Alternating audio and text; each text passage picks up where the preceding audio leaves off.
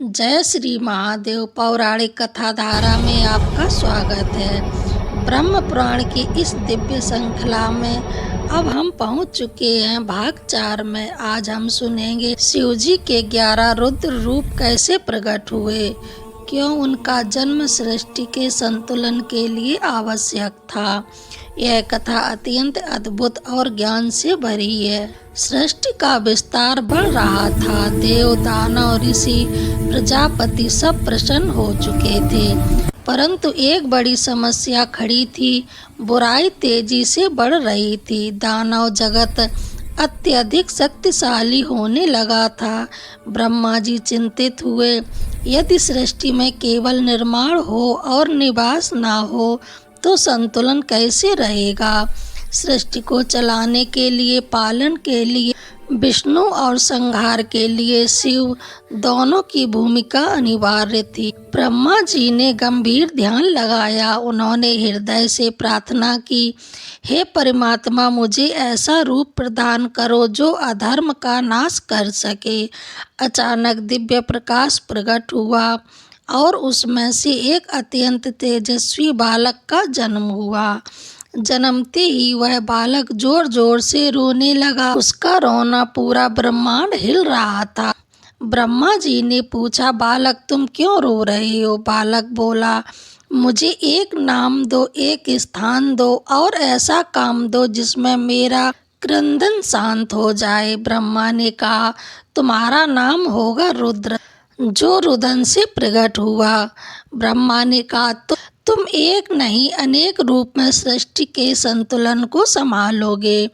और उसी क्षण रुद्र 11 भागों में विभाजित हो गए।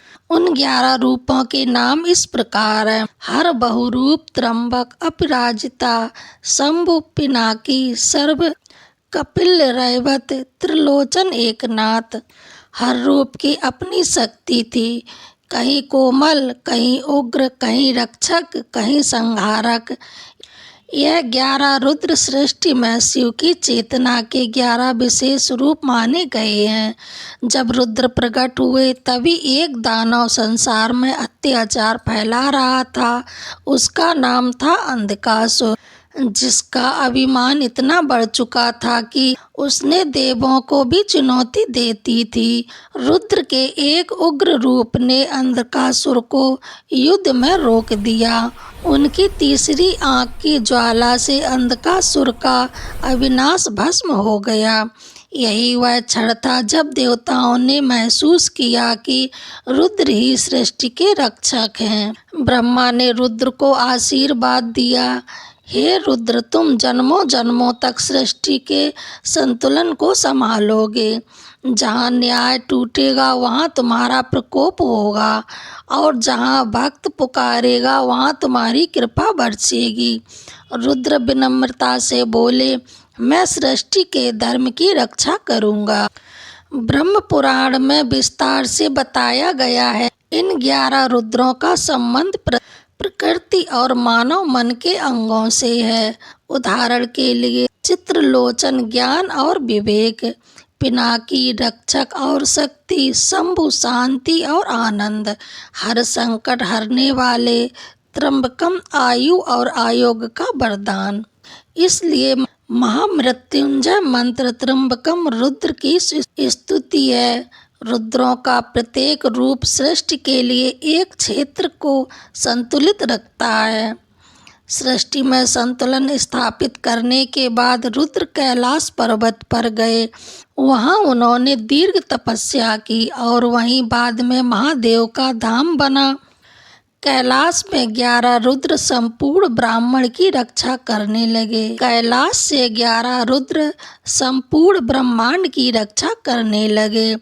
तो साथियों, यह थी ब्रह्म पुराण के चौथे भाग की पवित्र कथा, रुद्र के 11 दिव्य रूपों का प्रकट्य। हमने देखा कैसे ब्रह्मा ने सृष्टि की रक्षा के लिए रुद्र की शक्ति को जन्म दिया और कैसे 11 रुद्र आज भी हमारे बीच में धर्म, संतुलन और रक्षा का आधार हैं। अगले भाग में हम सुनेंगे देव दानव संघर्ष और देवताओं के एक जन्म की कथा, जय श्री महादेव। आपको ये कथा अच्छी लगी हो तो हमारे चैनल को लाइक, शेयर, कमेंट, सब्सक्राइब जरूर करें। बेल बटन दबाना बिल्कुल ना भूलें, जिससे हमारी आने वाली हर वीडियो आप तक सबसे पहले पहुंचे।